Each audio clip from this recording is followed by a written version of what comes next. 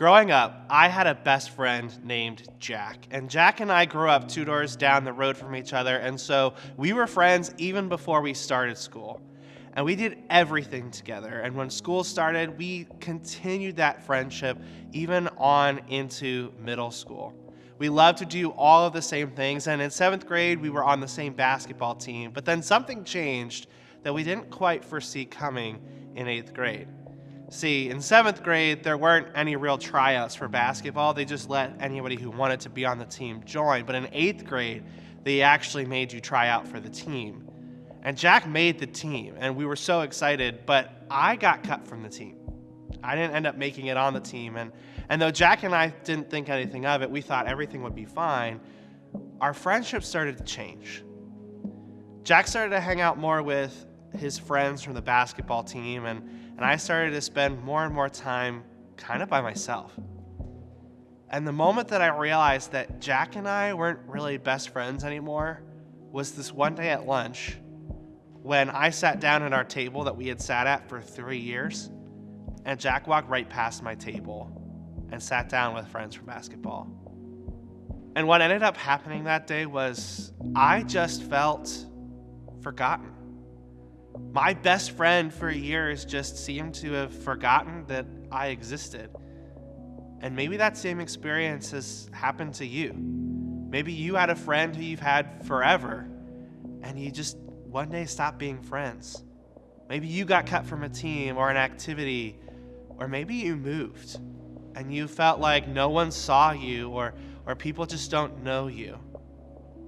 And last week, we started talking about this group of people who felt much the same way. They felt forgotten. And these people were the Israelites, and they had been taken from their home and brought to this new land as slaves, where they were forced to live a life different than the one that they had always known. And they ultimately just felt like, hey, I feel like God has just forgotten us. So last week we started off in the book of Isaiah, and we heard this story of the Israelite people. They were God's chosen people. And God and the Israelites had created this agreement between them, that God would be their God and will watch over them and bring them prosperity and blessings and peace if they agreed and followed his commands. Spoiler alert, they didn't end up doing that. And so God ended up letting them be taken into this country called Babylon as slaves. And so the Israelites, dejected, away from their homeland, separated from their friends and family, were calling out to God and going, God, where are you? God, you promised us to be with us and to be our God, and we would be your people. Where are you? We feel forgotten.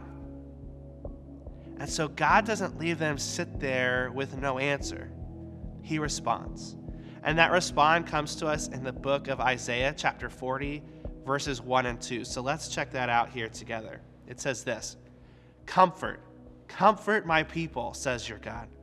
Speak tenderly to Jerusalem. Tell her that her sad days are gone and her sins are pardoned. Yes, the Lord has punished her twice over for all her sins. And so God responds there with this promise of comfort. He says, comfort, I am with you. You're being punished for the things that you've done, but ultimately I'm going to bring about restoration. And that's the beauty that comes in this season of Christmas, because ultimately God's promise of comfort comes in the form of Jesus. So Jesus came to bring us comfort. And so what the Israelites needed to hear from God, and what he says to them is, I will be with you again. I will be your God, and I will be the one who watches over you. And God eventually fulfills this through Jesus. But the picture that God was seeing in all of it too was that in order for this to happen, all of those things that kept driving the Israelites away from God, they needed to be taken away. They needed to be forgiven. And so Jesus, along with just being with us, forgives us and brings us the ultimate comfort through forgiveness. So Jesus brings this forgiveness, and it's something the Israelites weren't even really looking for, but was something that they desperately needed. And the beautiful thing is God's comfort extended not just to the Israelites through this promise, but to all of us. Because God's plan was not to just bring comfort to these people, but to bring it to all of mankind, to you and to me, all these years later. And then God promises that the forgiveness that he offers through Jesus, it's better than any forgiveness we've ever known. Because ultimately, this comfort, it won't fade. It doesn't go up and down with whatever's happening in our lives. It lasts forever. God's forgiveness lasts forever. And see, this is something, we have these Israelites that are in Babylon. They're waiting for this comfort. They're waiting for Jesus. And God promises one day your comfort will come. And eventually it does. And there's great rejoicing, and people are just so excited that Jesus has come. But the most amazing part is that we don't have to wait, because we can experience the comfort that God offers through Jesus' forgiveness right now. And guys, this is what makes Christmas an amazing thing to celebrate. Sometimes we forget just the awesomeness of why we celebrate Christmas. We boil it down to just a simple story without realizing what we're celebrating is ultimate comfort in God being with us through Jesus' forgiveness. And one of the things that we should definitely do this Christmas is not keep it inside. We should celebrate that openly and freely and for other people to see. Because you know and I know that there's people outside of our walls right now, outside of our homes, in our schools, on our teams, and just our communities as a whole that don't know the comfort that Jesus brings. They might still be feeling like they're forgotten.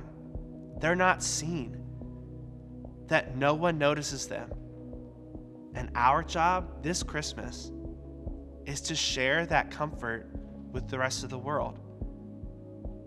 Because ultimately, we get the chance to share God's comfort about forgiveness with others.